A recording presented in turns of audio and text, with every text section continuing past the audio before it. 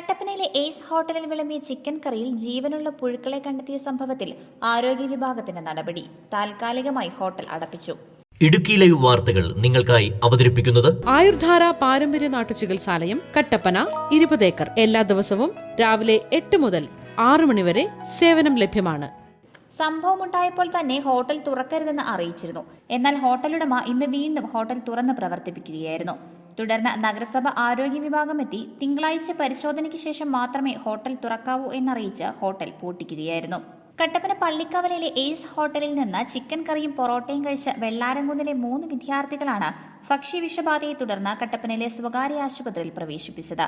Kattappana ഓസാനം swimming അക്കാദമിയിൽ നീന്തൽ പരിശീലനത്തിന് ശേഷം പള്ളിക്കവലയിലെ ഹോട്ടലിൽ നിന്ന് ചിക്കൻ കറി പൊറോട്ടയും കഴിക്കുകയായിരുന്നു.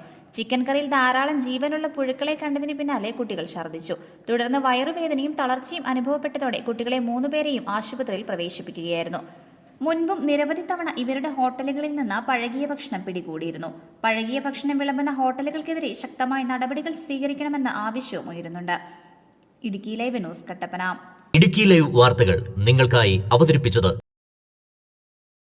എത്ര പഴകിയതും രൂക്ഷവുമായ വേരിക്കോസ് വെയിനിന് ശാശ്വത പരിഹാരം. 16 വർഷത്തെ സേവന പാരമ്പര്യവുമായി ആയുർധാര പാരമ്പര്യ നാട്ടുചികിത്സാലയം, കട്ടപ്പന. പഴയ മുറിവുകൾ, അൾസർ, വെരിക്കോസ്, നിക്കോട്ടിൻ കാരണമുണ്ടാകുന്ന മുറിവുകൾ, അസ്ഥി സംബന്ധമായ രോഗങ്ങൾ തുടങ്ങി എല്ലാ രോഗങ്ങൾക്കും ഫലപ്രദമായ ചികിത്സ.